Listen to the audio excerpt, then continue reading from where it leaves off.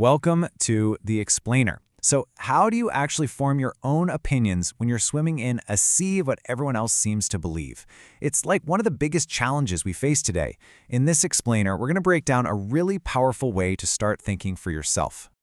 All right, let's start with what happens when the things you believe, or maybe the things everyone around you believes, are really put to the test. We're calling this the debunking challenge. And this is really the big question, isn't it? I mean, have you ever been there? You've got this gut feeling, this little nagging doubt in the back of your mind, but everyone, your friends, social media, the news, they all seem absolutely convinced of the opposite.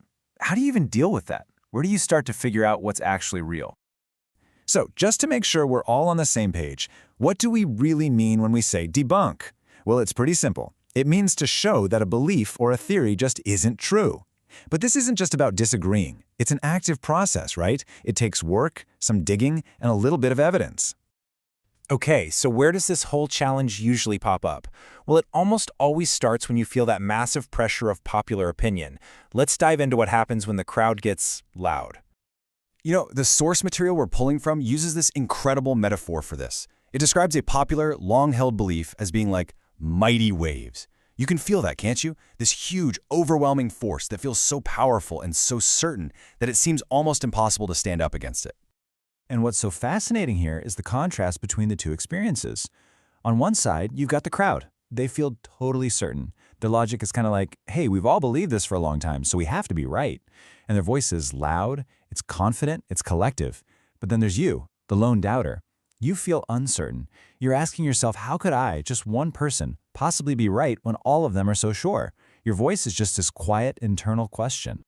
But here's the thing you absolutely have to remember. Just because an idea is popular doesn't make it right. You know, as the old saying goes, there are plenty of cases where it's just the blind leading the blind. A huge group of people can be just as wrong as one person, sometimes even more so. So if we can't always trust the crowd, what's the alternative? Well, this brings us to the solution. It's about forging your own path. And there's actually a pretty practical method for finding some clarity in all that noise. This whole process can really be boiled down into 3 basic steps. First, pretty obvious, do your own research. Go deeper than the headlines. Second, actively try to poke holes in their ideas. What are the weak spots in the popular argument? But then, and listen, this is probably the most important and definitely the hardest step, you have to poke holes in your own ideas. You have to be your own toughest critic. And look, the goal here isn't to prove that you were 100% right and everyone else was 100% wrong.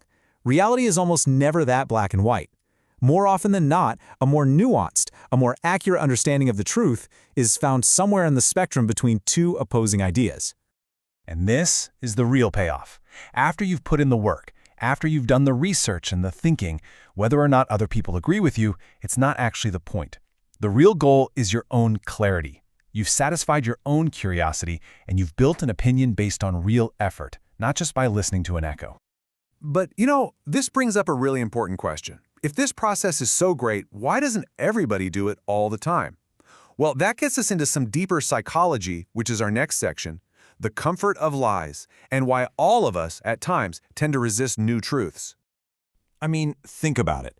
If the tools and information to find the truth are literally at our fingertips, why would anyone choose to stay in the dark? Why do we sometimes cling to beliefs even when we might have a little suspicion that they're false?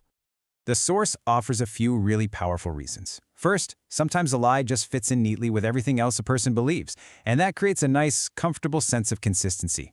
Second, and this is a huge one, accepting a new truth might cause their entire worldview to just crumble. And sometimes, honestly, it's just plain exhaustion. People just don't want to wonder about it anymore. The comfort of an easy answer is better than the hard work of asking more questions. And we really have to approach this with some empathy. I mean, imagine you've built your whole understanding of the world on a certain set of ideas your entire life. Having to admit that a core piece of that foundation is just wrong? Wow, that is a tough pill to swallow. It feels less like you're changing your mind and more like you're losing a piece of yourself. So where does all this leave us? We've talked about the challenge, we've talked about the method, and now that brings us to our final big idea, opening the right door and what it really means to find the quiet truth. I want you to just let this quote sit for a second. The truth doesn't knock louder, it just waits for us to open the right door. It's just such a powerful and really elegant way of looking at it. And that really gets to the heart of what that quote means, doesn't it? The truth is rarely the loudest voice in the room. It's not some viral TikTok sound or a screaming headline. It's usually quiet. It's patient.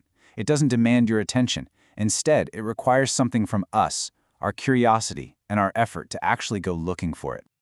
And so that brings us to the end, with one final thought for you to take with you. The truth is out there, just waiting patiently. The only real question left is, which door will you choose to open next?